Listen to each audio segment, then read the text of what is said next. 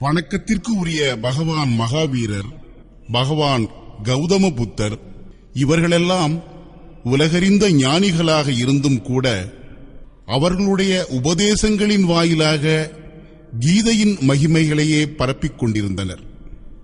அதாவது ஆன்மாவே உண்மையானது என்பதையும் முழுமையான கட்டுப்பாட்டின் மூலமே ஆன்ம நிலையை அறிந்து கொள்வது என்பதாகும். உண்மையில் இது கீதையின் தத்துவமே ஆகும். புத்தரானவர் அதே தத்துவத்தை எங்கெங்கும் நீக்கமற நிறைந்திருப்பவர், அழிவற்றவர் என்று கூறி கீதையின் தத்துவத்தையே உறுதிப்படுத்தி கூறினார்.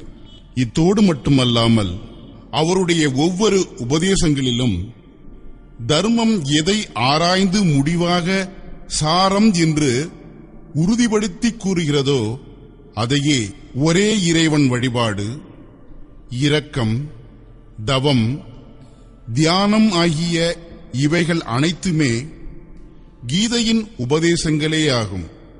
இதே உபதேசமானது சுவாமி அத்கடானந்தர்ஜி அவர்களின் திருவாயின் மூலமாக மொழியப்பட்டு யதார்த்த கீதை என்னும் குறுந்தகடு வடிவமாக மானுட வர்க்கத்தின் முக்திக்காக அபூர்வமான செய்தியை தாங்கி வந்திருக்கிறது.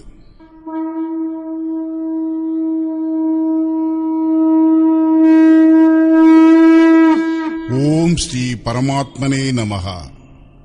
யதார்த்த கீதை, ஸ்ரீமத் பகவத்கீதை, 5ஆம் அத்தியாயம். 3வது அத்தியாயத்தில் அர்ஜுனன், பகவானே, ஞான யோகமே உங்களுக்கு சிறந்ததாகப்படும் போது என்னை மட்டும் ஏன் நீங்கள் இந்த பயங்கரமான கர்மங்களில் ஈடுபடுத்துகிறீர்கள் என்று கேள்வி எழுப்பினான்.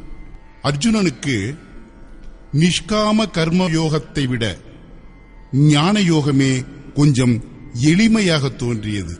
ஏனெனில் ஞான யோகத்தில் தோற்று போனாலும் தேவத்துவம் என்ற நிலை, வெற்றி பெற்று விட்டாலோ மகா மகிம், அதாவது மகா உன்னத நிலை என்று 2 சூழ்நிலைகளிலுமே லாபத்திற்கு மேல் லாபமே தென்பட்டது.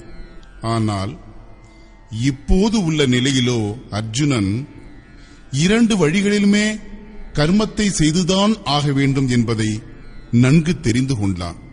யோகீஸ்வரர் அவனை சந்தேகங்களையெல்லாம் உதறி தள்ளிவிட்டு தத்துவதரிசி மகாபுருஷரின் சரணத்தை அடையுமாறும் ஊக்கப்படுத்தினார். ஏனெனில் அறிந்து கொள்வதற்கென்று அவர் ஒருவரே இலக்கு ஆவார். ஆகவே 2 வழிகளிலும் இருந்து ஏதேனும் ஒன்றை தேர்ந்தெடுக்கும் முன்பு அர்ஜுனன் பின்வருமாறு வேண்டிக் கொண்டான். அர்ஜுனன் கூறுகிறான்,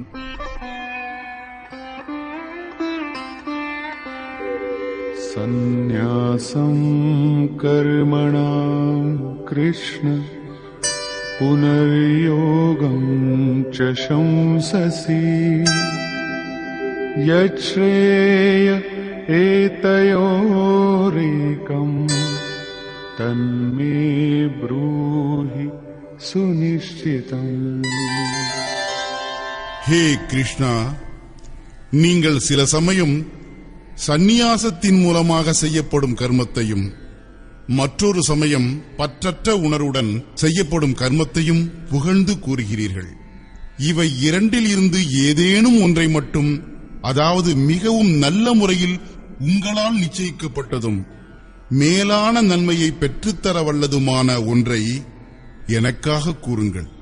அதாவது எங்காவது ஒரு இடத்திற்கு போவதற்காக உங்களிடம் 2 பாதைகள் சொல்லப்படுமேயானால் நீங்கள் வசதியாக போய் சேரும் பாதை எது என்று அவசியம் கேட்பீர்கள். ஒருவேளை அப்படி கேட்கவில்லை என்றால் நீங்கள் அந்த இடத்திற்கு போக விரும்புபவர் அல்ல என்பது உறுதியாகிறது. இது பற்றி யோகீஸ்வரர் ஸ்ரீகிருஷ்ணர் மேலும் கூறுகிறார். பகவான் ஸ்ரீகிருஷ்ணர் கூறுகிறார், சந்நியாசம் கர்மயோகஸ்ச நிஸ்ரேயசகராவுபோ तयोस्तु कर्म संन्यासात् कर्मयोगो विशिष्यते. அர்ஜுனா, சந்நியாசத்தின் மூலமாக செய்யப்படும் கர்மம், அதாவது ஞான மார்க்கத்தின் மூலமாக செய்யப்படும் கர்மம் மற்றும் பற்றற்ற உணர்வுடன் செய்யப்படும் கர்மம், இந்த இரண்டுமே மிகவும் மேலானவற்றை கொடுக்க வல்லவை. ஆனால் இந்த இரண்டு வழிகளிலுமே ஞான கண்ணோட்டத்துடன் செய்யப்படும் கர்மத்தை விடவும் பற்றற்ற கர்மயோகமே மேன்மையானது ஆகும். எதனால் என்ற கேள்வி எழுவது இயல்புதானே. ज्ञेयः स नित्यसन्न्यासी यो न द्वेष्टि न काङ्क्षति निर्द्वन्द्वो हि महाबाहो सुखम् बन्धात् प्रमुच्यते. பெரும் தோள்களை உடையவனே அர்ஜுனா, எவன் யாரிடமும் வெறுப்பு காட்டாமலும் யாரிடமும் விருப்பம் கொண்டு இராமலும் இருக்கிறானோ அவன் எப்போதுமே சந்நியாசியாகவே கருதப்படும் தகுதியுடையவனாகிறான். அவன் ஞான மார்க்கத்தையோ அல்லது பற்றற்ற கர்ம மார்க்கத்தையோ பின்பற்றுபவனாக இருந்துவிட்டு போகட்டும். விருப்பு வெறுப்பு முதலான இருமைகளில் இருந்து விடுபட்ட அவன் மிகவும் சுலபமாக இந்த உலக பந்தத்தில் இருந்து விடுபட்டு விடுவான். साङ्ख्ययोगौ पृथग् बालाः प्रवदन्ति न पण्डिताः एकमप्यास्थितः सम्यग् उभयोर्विन्दते फलम्. எவர் நிஷ்காம கர்மயோகம் ஞானயோகம் ஆகிய இரண்டையும் தனித்தனியாக கூறுகிறாரோ அவருடைய புரிந்து கொள்ளும் திறன் இந்த பாதையில் மிகவும் சிறிதளவே ஆகும்.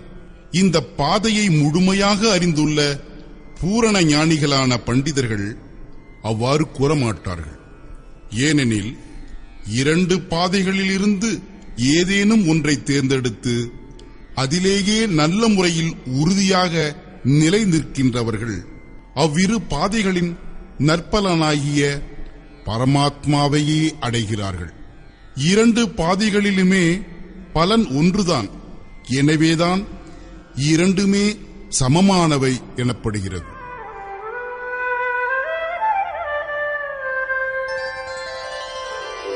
यत् साङ्ख्यैः प्राप्यते स्थानम् तद्योगैरपि गम्यते एकम् साङ्ख्यम् च योगम् च यः पश्यति स पश्यति.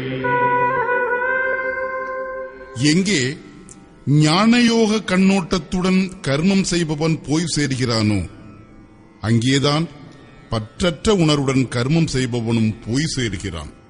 எனவே இரண்டு பாதைகளிலுமே பலன் ஒன்றுதான் என்னும் கண்ணோட்டத்துடன் பார்ப்பவனே உள்ளதை உள்ளபடிக்கு அறிந்தவனாவான். இரண்டு பாதைகளுமே ஒரே இடத்திற்குத்தான் போய் சேருகின்றன எனும்போது பற்றற்ற கர்மயோகம் மட்டும் ஏன் சிறந்தது என்று சொல்லப்படுகிறது? ஸ்ரீகிருஷ்ணர் கூறுகிறார், सन्न्यासस्तु महाबाहो दुःखमाप्तुमयो गतः योगयुक्तो मुनिर्ब्रह्म न चिरेणाधिगच्छति. அர்ஜுனா, பற்றற்ற கர்மயோகத்தை கடைபிடிக்காமல் எல்லாவற்றையும் துறப்பது என்பது மிகவும் கடினமானது. இந்நிலையில் யோகத்தை கடைபிடித்தல் என்பதையே இன்னும் ஆரம்பிக்கவில்லை என்னும் நிலையில் இது கைகூடும் சாத்தியமே இல்லை. எனவேதான் பகவத் வடிவத்தை தியானம் செய்யும் முனிவர்கள், அதாவது யாருடைய மனம் மற்றும் புலன்கள் மௌனம் அடைந்துள்ளதோ அவர்கள் பற்றற்ற கர்மயோகத்தை பயின்று வெகு சீக்கிரமே பரபிரம்ம பரமாத்மாவை அடைந்து விடுகின்றனர். இதிலிருந்து ஞானயோகத்திலும் கூட பற்றற்ற கர்மயோகத்தையே பின்பற்றுகிறோம். ஏனெனில் கிரியை இரண்டிலுமே ஒன்றேதான். அதுவே வேள்வியின் செயல்முறை எனப்படுகிறது. அதன் தூய்மையான பொருள் ஆராதனை என்பதாகும். இரண்டு வழிகளிலும் உள்ள வேறுபாடு யோகத்தை செய்பவனின் கண்ணோட்டத்தில் மட்டுமே இருக்கிறது. ஒருவன் தனது சக்தியை புரிந்து கொண்டு இலாபம் நஷ்டம் ஆகியவற்றை பரிசீலனை செய்தபடியே இந்த கர்மத்தில் ஈடுபடுகிறான். ஆனால் மற்றொருவனோ இஷ்ட தெய்வத்தின் மீது பாரத்தை போட்டுவிட்டு இதே யோக கிரியையில் ஈடுபடுகிறான். ஸ்ரீகிருஷ்ணர் ஏற்கனவே காமம் மற்றும் கோபம் ஆகியவை வெல்வதற்கு அரிய எதிரிகள் ஆவர் என்று கூறியுள்ளார். அர்ஜுனா, அவைகளை கொல் என்று கட்டளையும் பிறப்பித்துள்ளார். அர்ஜுனனுக்கோ இது மிகவும் கடினமாக தோன்றியது. ஆனால் ஸ்ரீகிருஷ்ணரோ இல்லை, உடலை விட வலிமையானது புலன்கள், புலன்களை விட வலிமையானது மனம், மனத்தை விட வலிமையானது புத்தி, புத்தியை விட வலிமையானது உன்னுடைய ஆன்ம வடிவம். நீ அதிலிருந்து தூண்டுணர்ச்சியை பெற்று செயல்படு என்று அறிவுறுத்துகிறார். இந்த முறையில் தன்னுடைய என்றும் நிலையான இருப்புணர்வை புரிந்து கொண்டு தன்னுடைய சொந்த ஆற்றலை முன்னிறுத்தி தன்னில் நம்பிக்கை உடையவனாக கர்மத்தில் ஈடுபடுவதே ஞானயோகம் எனப்படுகிறது. ஸ்ரீகிருஷ்ணர் சித்தத்தை தியானத்தில் நிலைநிறுத்தி கர்மங்களையெல்லாம் என்னிடமே சமர்ப்பணம் செய்து ஆசைகள், பாசங்கள் மற்றும் மனக்கலக்கம் இன்றி யுத்தம் செய் என்கிறார். சமர்ப்பண உணர்வுடன் கூடியவனாக இஷ்ட தெய்வத்தையே முழுமையாக சார்ந்து கொண்டு அதே கர்மத்தில் ஈடுபடுவதையே பற்றற்ற கர்மயோகம் என்கிறோம். இரண்டிலுமே செயல் ஒன்றுதான், அதன் இறுதி விளைவும் ஒன்றுதான். இதனை வலியுறுத்தும் வகையில் யோகேஸ்வரர் ஸ்ரீகிருஷ்ணர் இங்கேயும் யோகத்தை கடைபிடிக்காமல் சந்நியாசம், அதாவது நல்ல தீய கர்மங்களின் முடிவு என்னும் நிலையை அடைவதென்பது நடக்காத காரியம் என்று கூறுகிறார். ஸ்ரீகிருஷ்ணரை பொறுத்தவரையில் கைமேல் கை வைத்துக் கொண்டு ஒன்றும் செய்யாமல் உட்கார்ந்தபடியே நான் பரமாத்மா ஆவேன், தூய்மையானவன் ஆவேன், பேரறிவின் வடிவே நான், எனக்கென்று இந்த கர்மமும் இல்லை, எந்த பந்தமும் இல்லை, நான் நல்லது கெட்டது என்றெல்லாம் ஏதோ செய்வது போல் தென்படுகிறதே ஒழிய எனது புலன்கள் அதனதன் வேலைகளை செய்கின்றன, அவ்வளவுதான் என்றெல்லாம் சொல்லிக் கொண்டிருக்கும்படியான எந்த யோகமும் இல்லை. இத்தகைய போலித்தனமான கோட்பாடுகள் ஸ்ரீகிருஷ்ணரின் வார்த்தைகளில் இல்லவே இல்லை. சாட்சாத் யோகீஸ்வரரை கூட தம்முடைய இணைபிரியாத நண்பனாகிய அர்ஜுனனுக்கு கர்மத்தை செய்யாமலேயே உயர்ந்த நிலையை தர முடியவில்லை.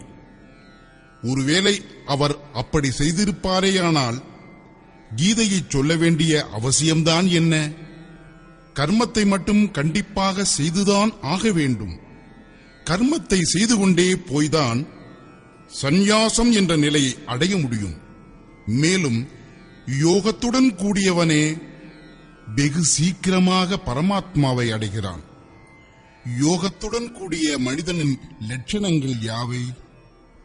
இது பற்றி கூறுகிறார்.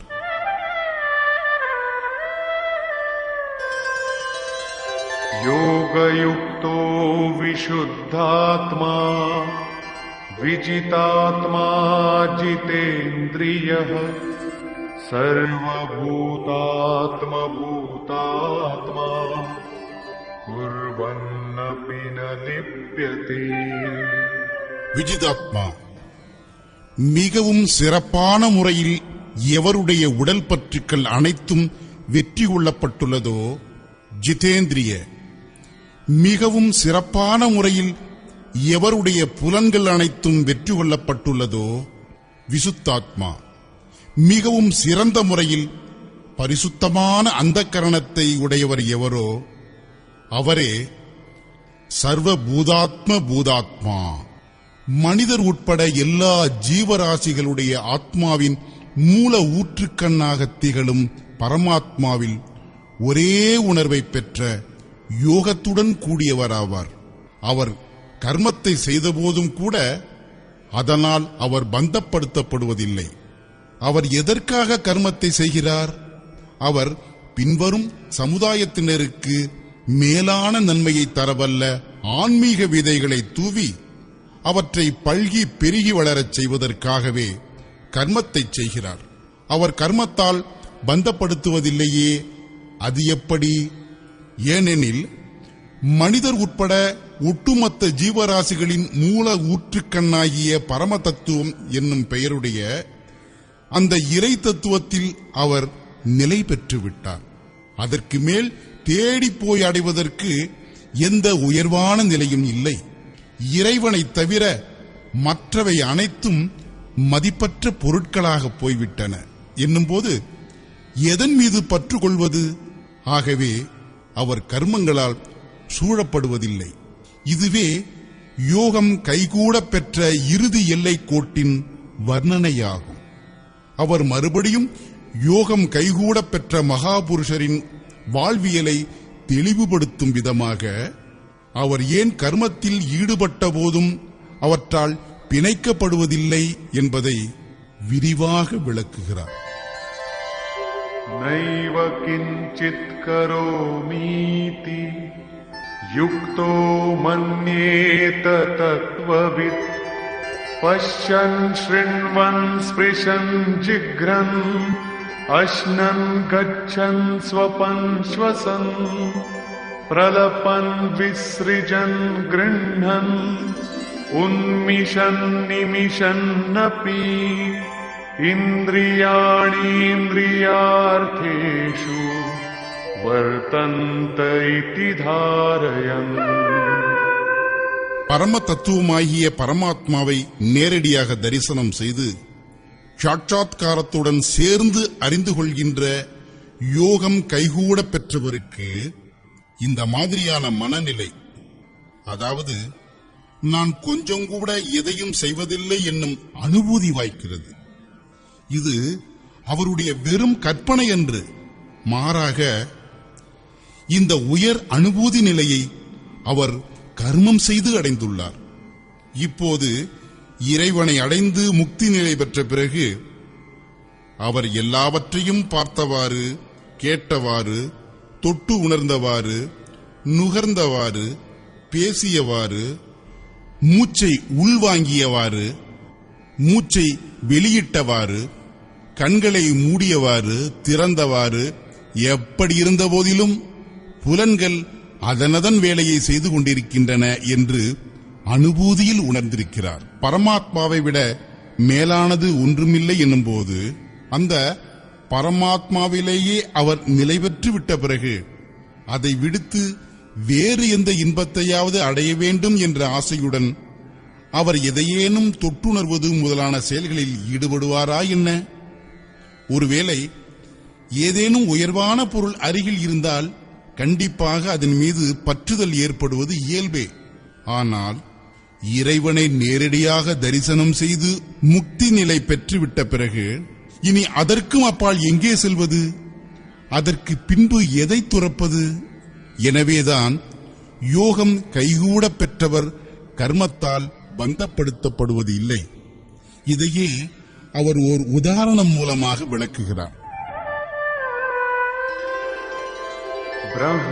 ब्रह्मण्याधाय कर्माणि सङ्गम् त्यक्त्वा करोति यः लिप्यते न स पापेन பத்மபத்ரமிவாம்பசா. தாமரை சேற்றில்தான் உண்டாகிறது. அதன் இலை தண்ணீருக்கு மேலே மிதக்கிறது. நீரின் அலைகள் இரா பகலாக அதன் மீது மோதுகின்றன. ஆனால் அதன் இலைகளை பாருங்கள், எப்போதும் உலர்ந்தே காணப்படுகின்றன. நீரின் ஒரு துளி கூட அந்த இலைகளின் மீது ஒட்டி நிற்க முடிவதில்லை. சேற்றிலும் தண்ணீரிலும் இருந்த போதும் கூட அவற்றில் அது ஒட்டிக்கொள்வதில்லை. சரியாக இதே போன்றுதான் இறைவனை நேரடியாக தரிசனம் செய்த உடனே கர்மங்கள் அவரில் கலந்து மறைகின்றன. அதற்கு முன்பு அல்ல. பற்றுதலையெல்லாம் துறந்து கர்மங்களில் ஒட்டிக்கொள்வதில்லை. அவர் பிறகு ஏன் இந்த கர்மத்தை செய்கிறார்? உங்களுக்காகவே செய்கிறார். ஒழுங்கு விதிமுறைகளை சீர்படுத்தி பின்வரும் சமுதாயத்தினரின் நன்மைக்கு வழிவகுப்பதற்காகவே செய்கிறார். ஆன்மீக பாதையில் வழிநடத்தி செல்வதற்காகவே செய்கிறார். இதையே மீண்டும் வலியுறுத்தும் வகையில் அவர் கூறுகிறார்,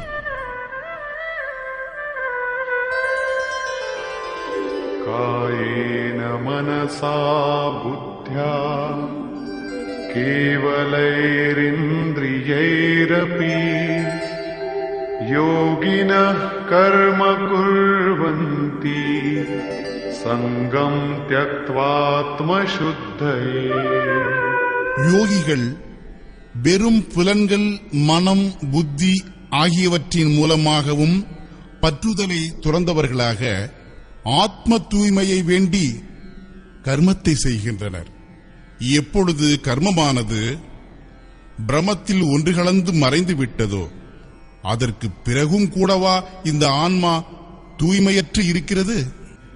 அவர்கள் சர்வ பூதாத்மா, மனிதர் உட்பட எல்லா உயிரினங்களிலும் அவர்கள் தமது ஆன்மாவே விரிந்தும் பறந்தும் இருப்பதை காண்கிறார்கள்.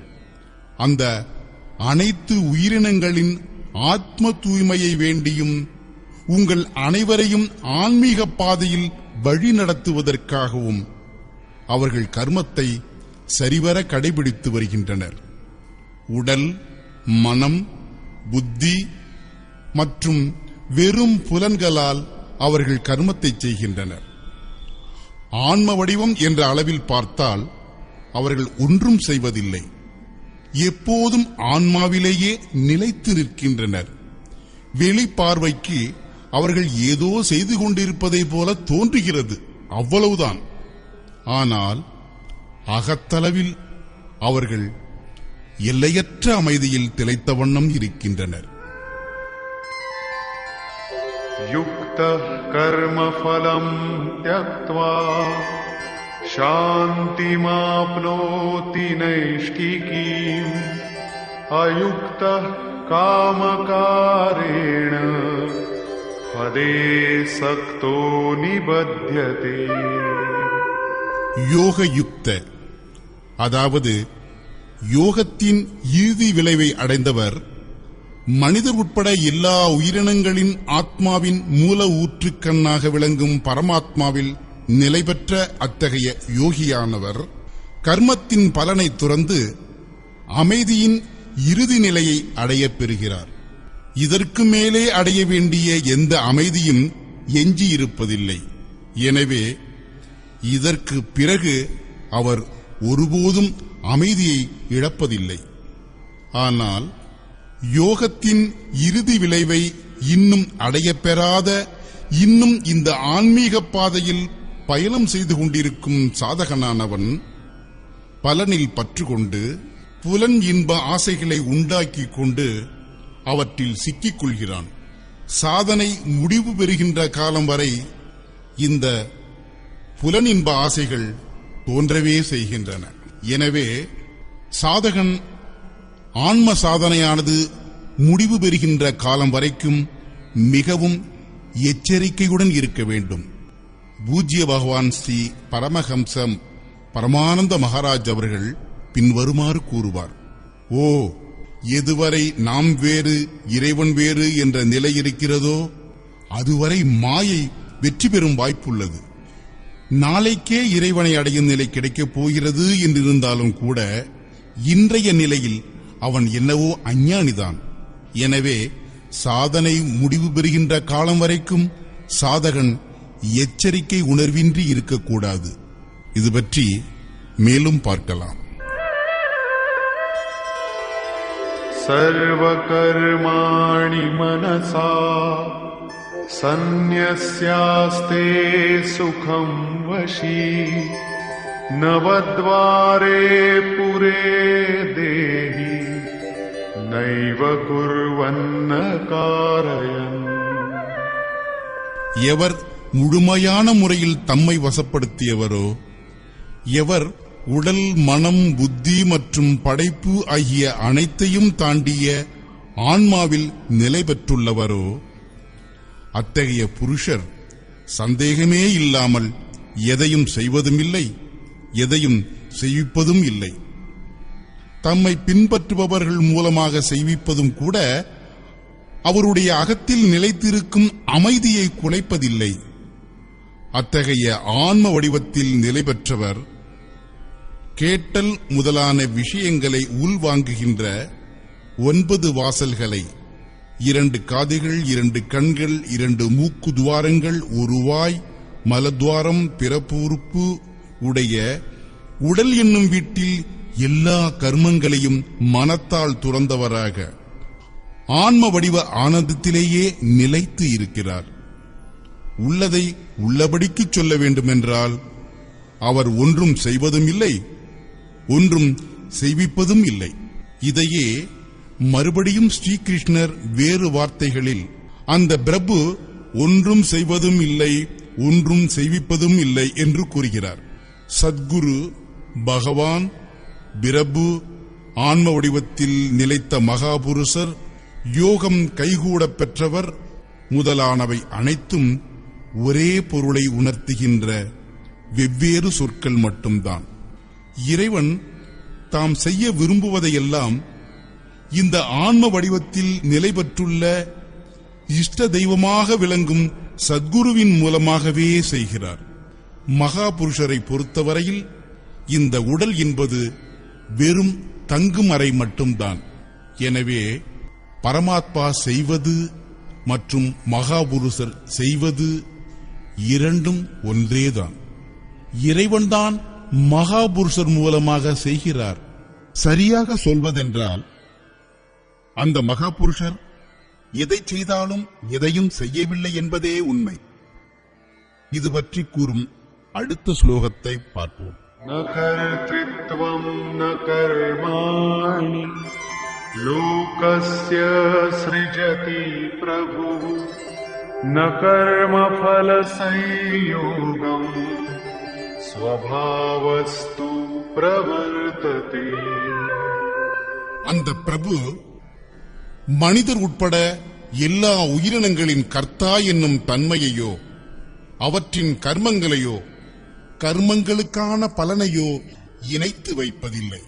சுபாவத்தில் நிலைத்த இயற்கையின் தூண்டுதலுக்கு ஏற்பவே அனைவரும் செயல்புரிகின்றனர்.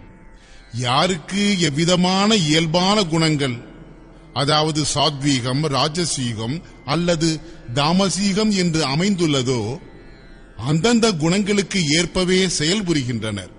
இயற்கையோ பரந்தும் விரிந்தும் உள்ளது. ஆனால் உங்களுடைய சுபாவம் எத்தனை அளவு உருமாறி உருக்குலைந்து போயுள்ளதோ, எவ்வளவு தூரம் பரவலாக மலர்ந்து உள்ளதோ அவ்வளவு மட்டுமே. மாயையும் உங்கள் மீது தன்னுடைய ஆளுமையை காட்டுகிறது. பெரும்பாலோர் செய்பவரும் செய்விப்பவரும் அந்த பகவானேதான்.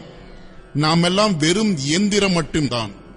நம் மூலமாக அவர் நல்லதை செய்ய வேண்டுமானால் செய்யட்டும், அல்லது தீயதை செய்ய வேண்டுமானால் செய்யட்டும் என்றெல்லாம் சொல்லிக் கொள்கின்றனர்.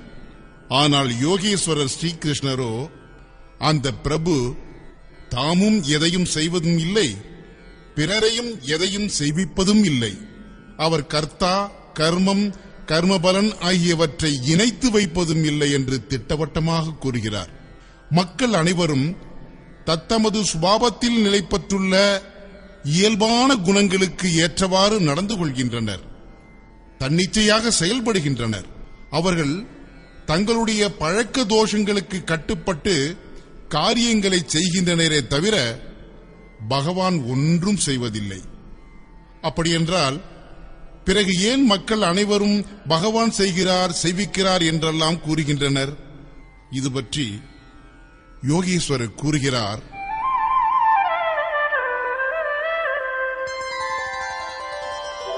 नादत्ते कस्यचित् पापम् न चैव सुकृतं विभुः अज्ञानेनावृतं ज्ञानम् तेन मुह्यन्ति जन्तवः.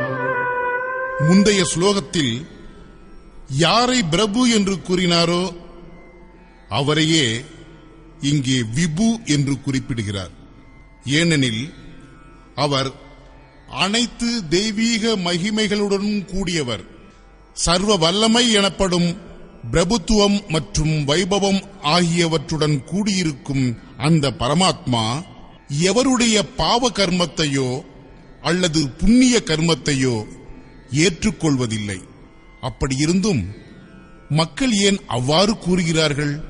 அஞ்ஞானத்தின் மூலமாக அவர்களுடைய ஞானம் மூடப்பட்டுள்ளது. அவர்களுக்கு இன்னமும் இறைவனை நேரடியாக தரிசனம் செய்து அறிந்து கொள்ளுதலாகிய சாட்சாத்காரத்துடன் சேர்த்து கிடைக்கும் அனுபவத்துடன் கூடிய அறிவு ஏற்படவில்லை.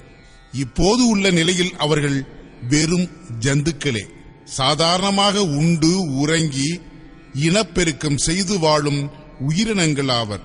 மோகவசத்தால் அவர்கள் எதை வேண்டுமானாலும் சொல்வார்கள். ஞானத்தினால் என்ன கிடைக்கிறது என்பதை தெளிவுபடுத்துகிறார். ज्ञानेन तु तदज्ञानम् येषाम् नाशितमात्मनः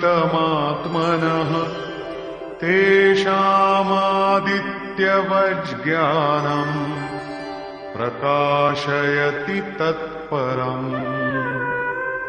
எவருடைய அந்தக்கரணத்தில் உள்ள அந்த அஞ்ஞானம் ஆன்மாவை நேரடியாக தரிசனம் செய்து அறிந்து கொள்தல் எனப்படும் சாட்சாத்காரத்தின் மூலமாக அழிந்து விட்டதோ, இந்த முறையில் எவரொருவர் ஞானத்தை பெற்றுவிட்டாரோ அவருடைய அந்த ஞானம் சூரியனுக்கு ஒப்பாக அந்த பரமதத்துவ பரமாத்மாவை நன்கு வெளிச்சம் போட்டு காட்டுகிறது. அப்படியென்றால் அந்த பரமாத்மா என்பவர் ஏதோ ஆழ்ந்த இருளின் பெயரா என்ன? இல்லை, அவர் இரவிலும் பகலிலும் தன்னில் தானே ஒளியுடன் திகழும் சுயம் பிரகாச வடிவினராவார். இருக்கட்டும், ஆனால் நமது பயன்பாட்டிற்கு கிடைப்பதில்லையே, நமக்கு தென்படுவது இல்லையே. எப்பொழுது அறிவின் மூலமாக அஞ்ஞானத்தின் திரை விளக்கப்படுகிறதோ அப்பொழுது அவருக்கு அந்த ஞானம் சூரியனுக்கு ஒப்பான பரமாத்மாவை தன்னுள் பெருகச் செய்து விடுகிறது. அதற்கு பிறகு அவருக்கு எங்கும் இருள் என்பதே இருப்பதில்லை. அந்த ஞானத்தின் முழு உருவம் என்ன? तत्बुद्धयस्तदात्मानः तन्निष्ठास्तत्परायणाः गच्छन्त्य पुनरावृत्तिम् ज्ञाननिर्धूतकल्मषाः. எப்பொழுது அந்த பரமதத்துவ பரமாத்மாவுடன் இணைந்து புத்தி செயல்படுகிறதோ, தத்துவமான இறைவனுக்கு அனுகூலமாக பெருக்கெடுத்து ஓடுகிறதோ, எவர் இந்த பரமதத்துவ பரமாத்மாவிலேயே ஒருமைப்பட்டுள்ள உணர்வுடன் கூடிய நிலையில் உள்ளாரோ, மேலும் அவரையே சார்ந்தும் உள்ளாரோ, அதற்கு பெயர்தான் ஞானமாகும். அதை விடுத்து வீண் பேச்சுக்கள் அல்லது வெட்டித்தனமான வாத விவாதங்களுக்கு பெயர் ஞானம் அல்ல. அத்தகைய ஞானத்தின் மூலமாக எல்லா பாவங்களையும் அழித்து விட்டவரே பிறப்பு இறப்பு நீங்க பெற்று பரமபதத்தை அடைகிறார். பரமபதத்தை அடைந்த முழுமையான ஞானத்துடன் கூடியவரே பண்டிதர் என்று அழைக்கப்படுகிறார். மேலும் பார்க்கலாம். विद्या विनय संपन्ने ब्राह्मणे गविहस्तिनि शुनि चैव श्वपाके च पंडिताः समदर्शिनः. ஞானத்தின் மூலமாக எவருடைய பாவங்கள் அழிந்து போய்விட்டதோ, எவருக்கு பிறப்பு இறப்பு நீங்கிய பரமபதம் கிடைத்து விட்டதோ, அத்தகைய ஞானிகள் அறிவும் அடக்கமும் உடைய பிராமணர் மற்றும் சண்டாளன், பசு, நாய், யானை ஆகிய எல்லா பிராணிகளிடமும் சமமான கண்ணோட்டத்தினுடனேயே இருக்கின்றனர். அவர்களுடைய பார்வையில் அறிவும் அடக்கமும் உடைய பிராமணர் தனிப்பட்ட சிறப்பை பெறுவதில்லை. சண்டாளனை தாழ்ந்த கண்ணோட்டத்திலும் நோக்குவதில்லை. அவர்களை பொறுத்தவரையில் பசு தர்மத்தின் சின்னமாகவோ நாய் அதர்மத்தின் சின்னமாகவோ இருப்பதில்லை. அத்தகைய அறிஞர் சமமான பார்வை உடையவராகவும் சமமான நடத்தை உடையவராகவும் இருக்கின்றார். அவருடைய பார்வை உடலில் விழுவதில்லை, ஆன்மாவில் விழுகிறது. வித்தியாசம் இவ்வளவுதான். அறிவும் அடக்கமும் உடையவர் ஆன்ம வடிவத்திற்கு அருகிலும் மற்றவர்கள் கொஞ்சம் தொலைவிலும் இருக்கிறார்கள். ஒரு சிலரோ பாதையில் முன்னேறி போய்க் கொண்டிருக்கிறார்கள், இன்னும் சிலரோ பின்தொடர்ந்து வந்து கொண்டிருக்கிறார்கள். அவ்வளவே. உடல் என்பது வெறும் ஆடை மட்டும்தான். அவர்களுடைய பார்வை ஆடைக்கு மதிப்பு தருவதில்லை, இதயத்தில் நிலைத்திருக்கும் ஆன்மாவின் மீதே படுகிறது. எனவேதான் எந்த பாகுபாடும் கொள்வதில்லை. ஸ்ரீகிருஷ்ணர் போதுமான அளவு பசுக்களுக்கு சேவை செய்துள்ளார். அத்தகையவர் பசுக்களை பற்றி கௌரவம் நிறைந்த வார்த்தைகளில் பெருமைப்படுத்தி கூறியிருக்க வேண்டும். ஆனால் அவரோ அதுபோன்று ஒன்றும் சொல்லவில்லை. ஸ்ரீகிருஷ்ணர் பசுக்களுக்கு தர்மத்தில் எந்த இடமும் தரவில்லை. அவர் மற்ற ஜீவாத்மாக்களைப் போன்றே பசுக்களுக்கும் ஆத்மா உண்டு என்று மட்டும் சொல்லியுள்ளார். பசுக்களின் பொருளாதார மகத்துவம் எவ்வளவு வேண்டுமானாலும் இருக்கட்டும், ஆனால் அவற்றிற்கு தர்மத்தில் சிறப்பான இடத்தை அளித்தது என்னவோ முற்காலத்தவரின் வேலையாகும். ஸ்ரீகிருஷ்ணர் ஏற்கனவே விவேகமற்றவர்களின் அறிவு எண்ணற்ற கிளைகளை உடையதாக இருக்கும். எனவேதான் அவர்கள் எண்ணற்ற கிரியைகளை விரிவுபடுத்திக் கொண்டே செல்கின்றனர். ஆனால் நிஷ்காம கர்மயோகத்தில் அர்ஜுனா நிச்சயிக்கப்பட்டுள்ள செயல் ஒன்றேதான். அதுவே வேள்வியின் செயல்முறை எனப்படும் இறை ஆராதனையாகும் என்று கூறியுள்ளார். பிறப்பு இறப்பு நீங்க பெற்ற அத்தகைய மகா புருஷரே கல்வி அறிவும் அடக்கமும் உடைய பிராமணர், சண்டாளன், நாய், யானை மற்றும் பசு என்று எல்லாவற்றின் மீதும் சமமான பார்வை உடையவராக விளங்குகிறார். அவருடைய பார்வை நேராக இதயத்தில் விற்றிருக்கும் ஆத்ம வடிவத்தில் விழுகிறது. அத்தகைய மகா புருஷருக்கு பரமபதம் வாயிலாக என்ன கிடைத்தது, எப்படி கிடைத்தது, இதை நன்கு விளக்கும் வகையில் யோகேஸ்வரர் ஸ்ரீகிருஷ்ணர் மேலும் கூறுகிறார். इहैव तैर्जितः सर्गो येषां साम्ये स्थितं मनः निर्दोषं हि समं ब्रह्म तस्मात् ब्रह्मणि ते स्थिताः. இந்த மகாபுருஷர்கள் மூலமாக உயிருடன் வாழ்ந்து கொண்டிருக்கும் காலகட்டத்திலேயே ஒட்டுமொத்த உலகமும் வெற்றி கொள்ளப்பட்டுவிட்டது. அவர்களின் மனமானது சமத்துவத்தில் நிலைபெற்று உள்ளது. மனத்தின் சமத்துவம் மற்றும் ஒட்டுமொத்த உலகமும் வெல்லப்படுவது ஆகியவற்றிற்கும் என்ன சம்பந்தம்? உலகமே அழிந்துவிட்ட பிறகு அவர்கள் எங்கே எஞ்சியிருக்கிறார்கள்? அதற்கு ஸ்ரீகிருஷ்ணர் கூறுகிறார், அந்த பிரம்மம் தன்னில் எந்த குறையும் இல்லாதது, சமமானது. மகாபுருஷர்களின் மனமும் அதே போன்று எந்த குறையும் இல்லாமல் சமத்துவத்தில் நிலை பெற்று உள்ளது. எனவேதான் அவர்கள் அந்த பிரம்மத்தில் நிலை பெற்று விடுகின்றனர். இதற்கு பெயர்தான் பிறப்பு இறப்பு நீங்க பெற்ற பரமகதியாகும். இது எப்பொழுது கிடைக்கிறது? எப்பொழுது உலகம் என்னும் எதிரி வெல்லப்பட்டு விடுகிறதோ அப்பொழுதே கிடைக்கிறது. எப்பொழுது ஒருவருடைய மனமானது முழுமையான கட்டுப்பாட்டிற்குள் வந்து சமத்துவ உணர்வுக்குள் நுழைவு பெற்று விடுகிறதோ மற்றும் எப்பொழுது அவர் பிரம்மத்தில் நிலை பெற்று விடுகிறாரோ அப்பொழுதுதான் வெல்லப்படுகிறது. அந்த பிரம்மவித் என்பவருடைய லட்சணம் என்ன? அவருடைய வாழ்வியல் நடைமுறைகளை பற்றி மேலும் தெளிவுபடுத்தி கூறுகிறார். न प्रहिष्येत् प्रियं प्राप्य नोद्विजेत् प्राप्य चाप्रियं स्थिरबुद्धिरसम्मूढो ब्रह्मविद् ब्रह्मणि स्थितः. அவருக்கு யார் மீதும் பிரியமோ வெறுப்போ இருப்பதில்லை.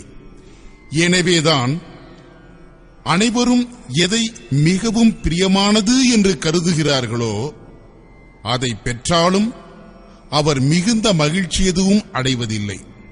அதே போன்று அனைவரும் எதை வெறுப்புடன் பார்க்கிறார்களோ அதை அடைந்தபோது அவர்கள் மனச்சலனம் அடைவதும் இல்லை.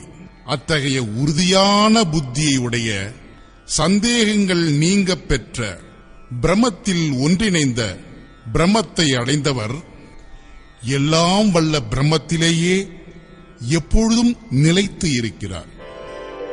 बाह्यस्पर्शेष्वसक्तात्मा विन्दत्यात्मनि यत् सुखम् स ब्रह्मयोगयुक्तात्मा सुखमक्षयमश्नुते.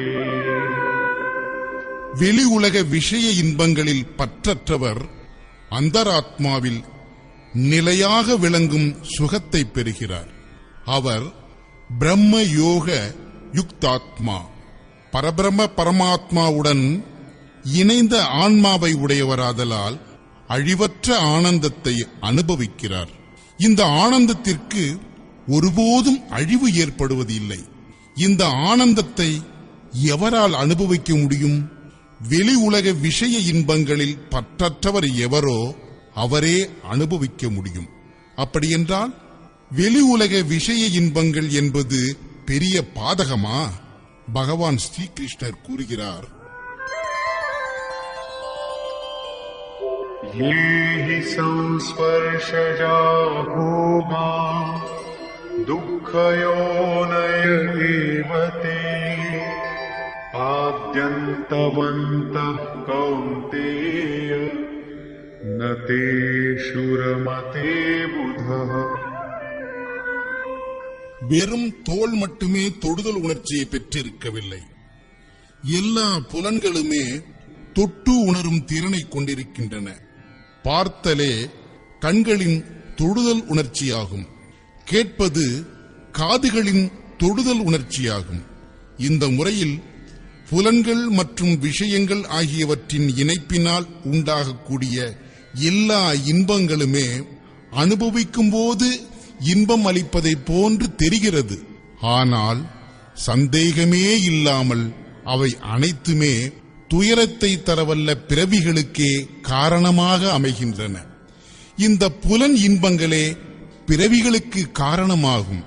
இது மட்டுமல்ல, அந்த புலன் இன்பங்களுமே தோன்றுவதும் மறைவதுமாக இருப்பவை, அழியும் தன்மை உடையவை.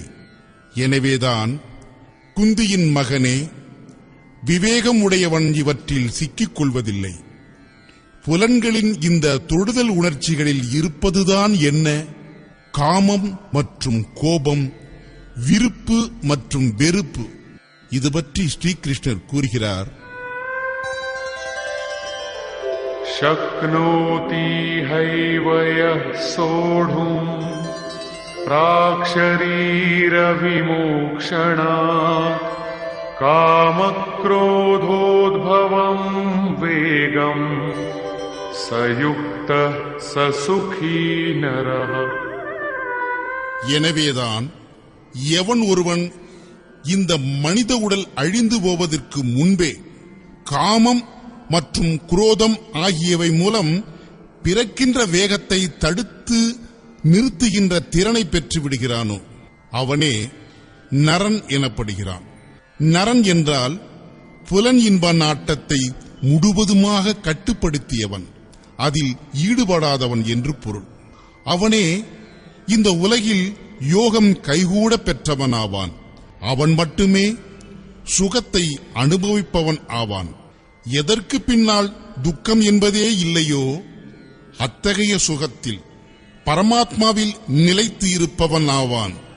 உயிருடன் வாழ்ந்து கொண்டு இருக்கும் போதே இந்த நிலையை அடைவதற்கான வழிவகை உள்ளதே தவிர மரணத்திற்கு பிறகு அல்ல. கபீர்தாசரும் இதையே தெளிவுபடுத்துகிறார். அவது ஜீவத் மே கர் ஆசா. சாதுவே, வாழும்போது இறைவனை அடைய ஆசைப்படு. அப்படியென்றால் இறந்ததற்கு பிறகு முக்தி கிடைப்பதில்லையா? அவர் மேலும் கூறுகிறார், முயே முக்தி குரு கஹே ஸ்வார்த்தி ஜூட்டா தே விஸ்வாசா. மரணத்திற்கு பிறகு முக்தி கிடைக்கும் என்று கூறும் குரு சுயநலவாதி, தவறான நம்பிக்கையை ஊட்டுபவன். எனவேதான் ஸ்ரீகிருஷ்ணர் சரீரம் இருக்கும் போதே மரணம் வருவதற்கு முன்பே எவன் ஒருவன் காமம் கோபம் ஆகியவற்றில் இருந்து தோன்றும் வேகத்தை கட்டுப்படுத்தும் திறனை பெற்று விடுகிறானோ அவனே இந்த உலகத்தில் யோகியாவான். அவனே சுகமானவனும் கூட. காமம் கோபம் முதலிய புலன் நுகர்ச்சி விஷயங்களை புலன்கள் மூலமாக தொட்டு உணர்ந்து அனுபவித்தல், இவைகள் எல்லாம் தான் எதிரிகள். நீங்கள் இவர்களையே வெல்ல வேண்டும். அத்தகையவரின் லட்சணங்கள் பற்றி மேலும் கூறுகிறார். யோந்தः சுகோந்தராராமः ததாந்தர்ஜோதிரேவ யः ஸ யோகி பிரம்ம நிர்வாணம் பிரம்மபூதோதிகச்சதி.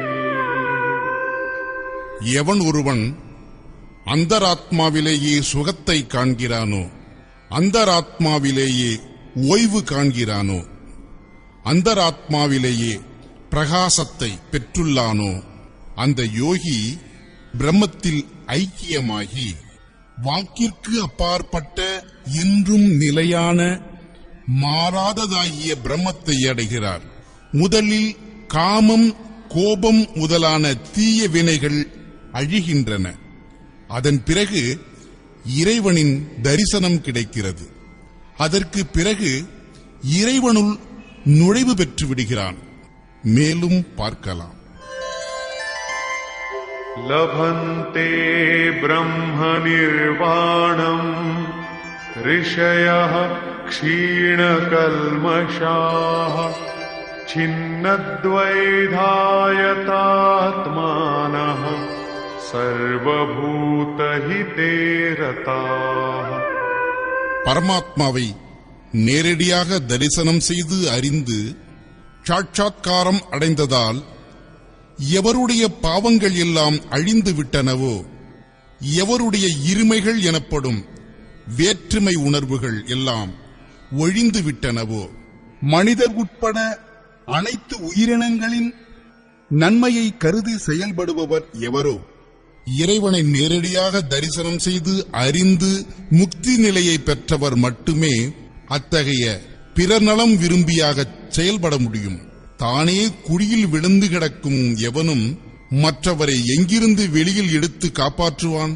எனவேதான் கருணை என்பது மகாபுருஷர்களின் இயல்பான குணமாகவே இருக்கிறது.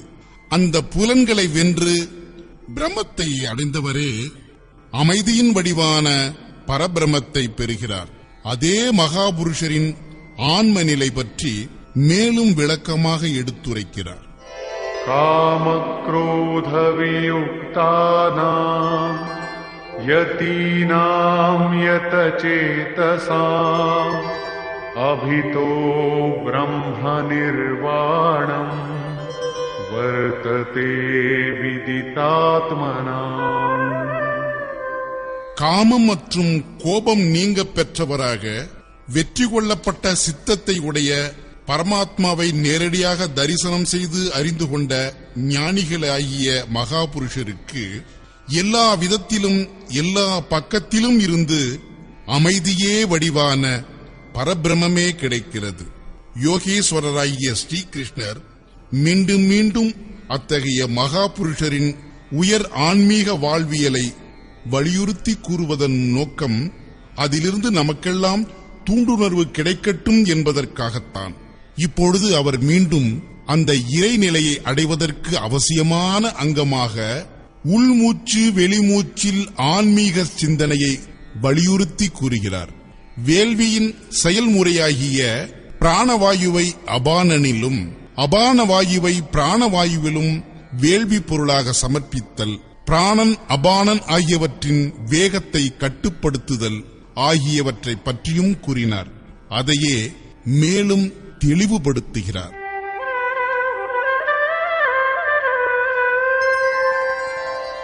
स्पर्शान् कृत्वा बहिर्बाह्यान् चक्षुश्चैवान्तरे भ्रुवोः प्राणापानौ समौ कृत्वा नासाभ्यन्तरचारिणौ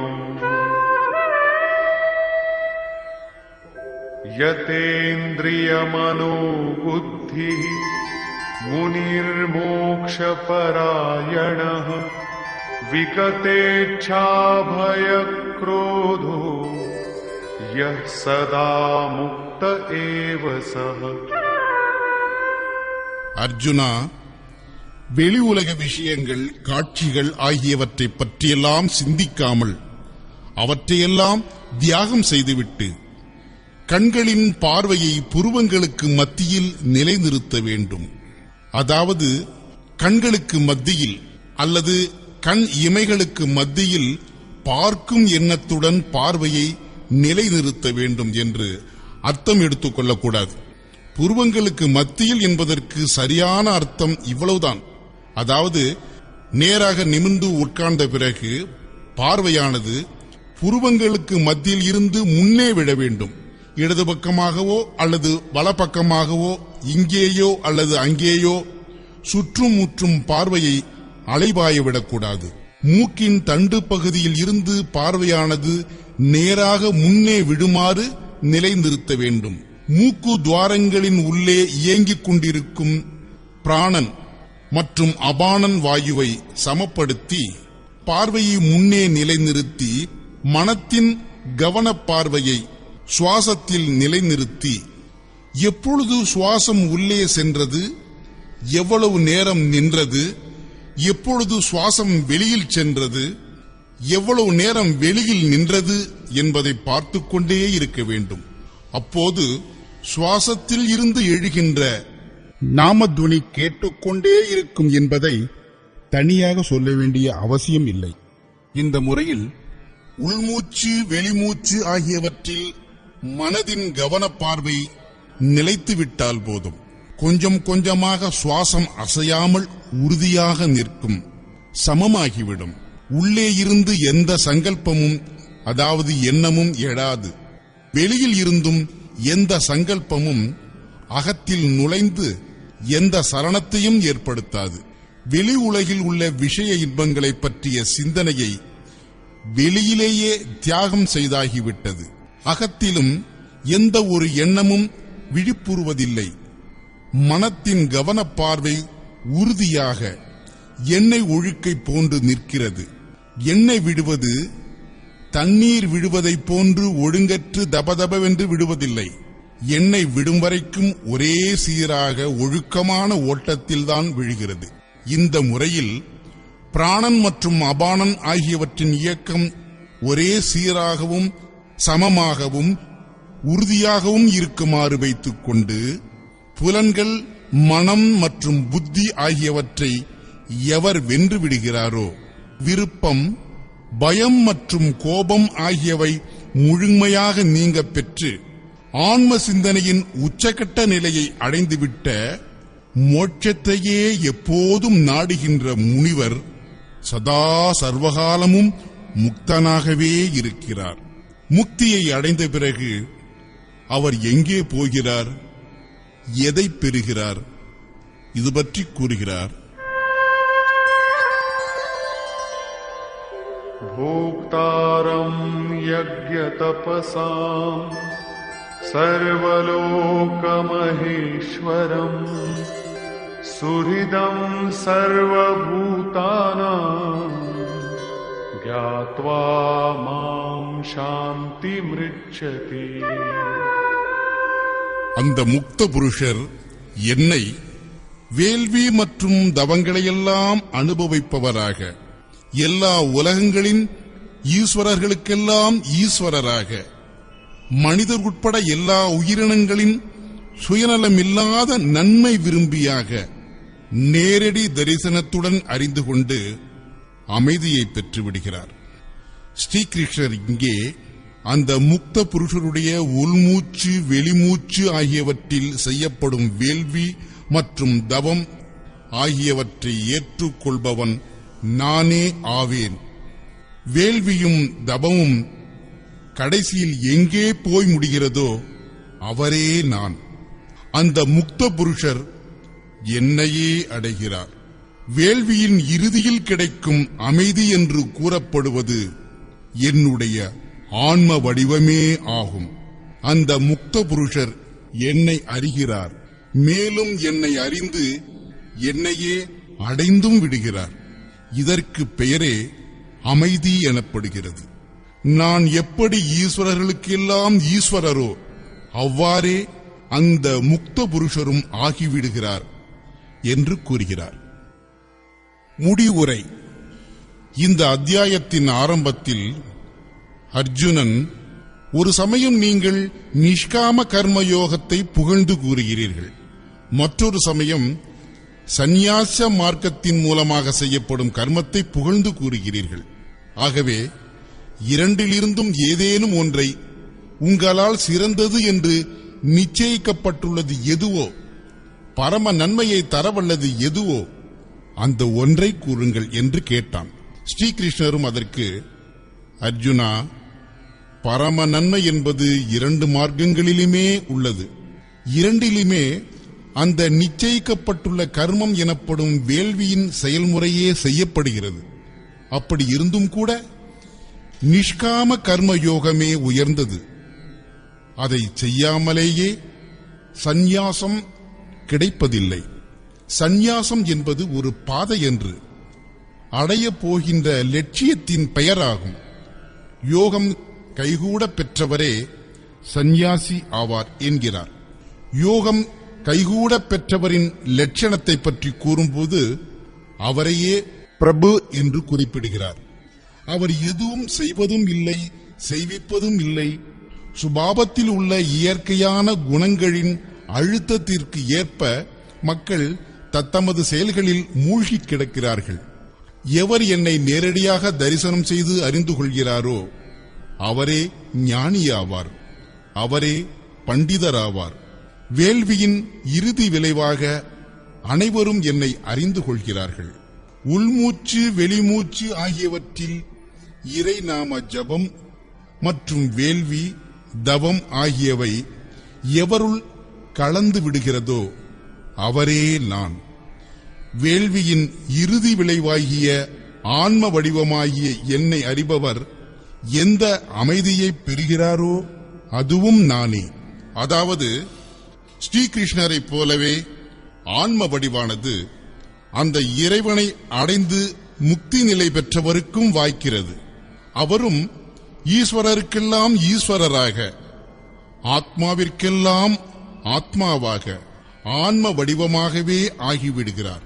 அந்த பரமாத்மாவுடன் சேர்ந்து ஒன்றிணைந்த இறை உணர்வை பெற்றுவிடுகிறார்.